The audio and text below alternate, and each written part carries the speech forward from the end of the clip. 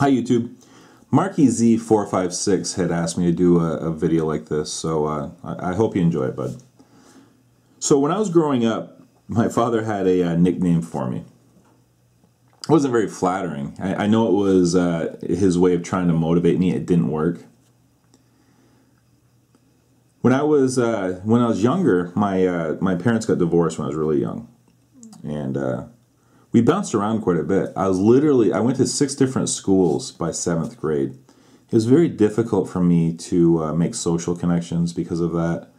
I had a rough start to my childhood. I'm not going to bore you with the details. I mean, plenty of people have stories like that.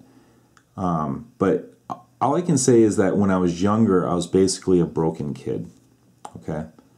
It was very difficult for me to face adversity. I'd pack it in really quickly.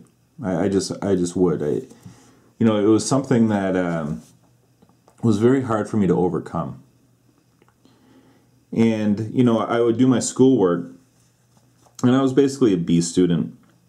The problem is, I could be a B student without really putting much effort into it. And so, my father, when I'd come home with another test, how'd you do? I got a B. Oh, Mr. Good Enough. What do you mean, Dad? Why don't you apply yourself and get an A every now and then, instead of just coasting and getting Bs? That's good enough, huh? He was right. He was right. I didn't put the work in. A B was good enough for me. I was content with mediocrity. I wasn't a high-achieving kid. Fast forward, I actually went to school when I was 30, when I took my current job. And I had a kid shortly after. I had my son shortly after. So it was very difficult. I was working full-time, going to college, and trying to have a young family. A lot of late nights of homework and everything else. And I know if I put in extra effort, I could have done better. My grade point average was 3.45. It was just short of 3.5. And I wanted a 4.0, of course, but I just couldn't. There wasn't enough hours in the day. But my father still, when he'd ask how I did, and I'd tell him, I got a B+. Oh, Mr. Good Enough. I bet you didn't study enough. And yeah, all right, Dad, you're right. You're right. Mr. Good Enough. Content with mediocrity. Here's the thing. You have very little control over anything in this world. You can't control how much Bernanke's printing. You can complain about it, but you can't do a thing about it. You can't do a thing about wealth redistribution. You can't do a thing about how much CEOs are making. You can't do a thing about hurricanes. You can't do a thing about any of this stuff that's going on in the world.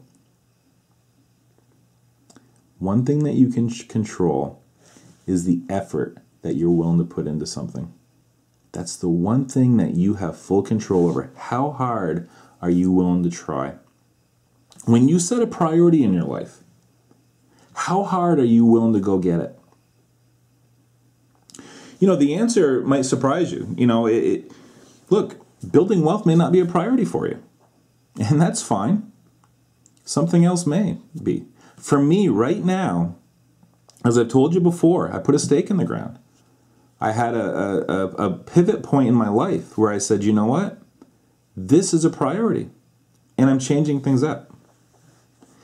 Financial independence is something that is becoming increasingly more important to me. Going to work to punch the clock, that's not my identity. It's a shame. I've worked with people now who as they got older, that became their identity. They wouldn't retire because they just loved going and doing the mundane and hitting the clock and going to work. That's not me. I want to be my own man someday. That is a priority to me. But it's not going to happen overnight. There's not going to be any windfalls for me. It's something that I'm going to have to do over time. I'm going to have to put the work in. I'm going to have to slowly accumulate. I'm going to have to set goals, and I'm going to have to work towards them. I have to visualize what I want, and then I have to go get it. And for me, it's clear as a bell. It just is. I know exactly what I want, and I'm going to do everything I can. I'm going to scrape and claw my way to get there.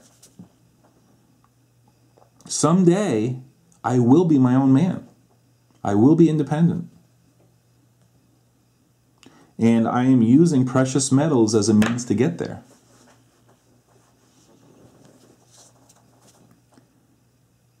My stepmom smoked her whole life. Like a chimney. I tell you what, it was a different time. I remember when I was like 10-year-old kid, 10, 11 years old, she used to give me a couple bucks and a no, and I'd have to run to the store and get her cigarettes for her. It was completely different, 30 years ago. Stuff that we can't even consider today, we used to do. And we would beg her, please stop smoking.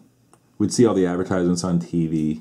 Remember the Yul Brynner commercial that they released after he died? Please don't smoke. All the scare tactics of the media about lung cancer and everything else, it was in full-blown effect in the 80s. And she wouldn't put him down for a second. She smoked. I think the more we asked her, the more she'd smoke. Please stop. Give me another pack. Well, the last couple of years, I guess she decided that she wants to watch her grandchildren grow up. She wants to be around to see it. So she finally put them down. It had to come from her.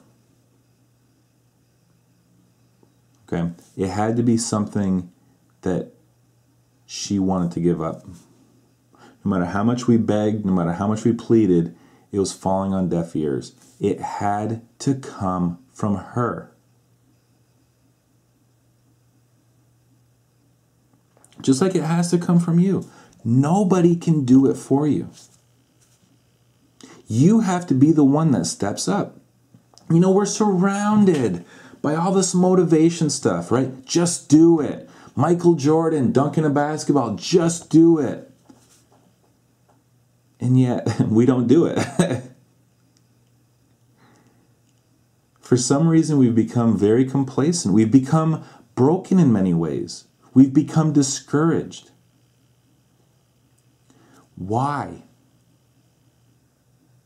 No matter what your excuse is for not getting it done, there's somebody out there that is getting it done that has much better excuse, much bigger hurdles to overcome in life, and yet they're doing it.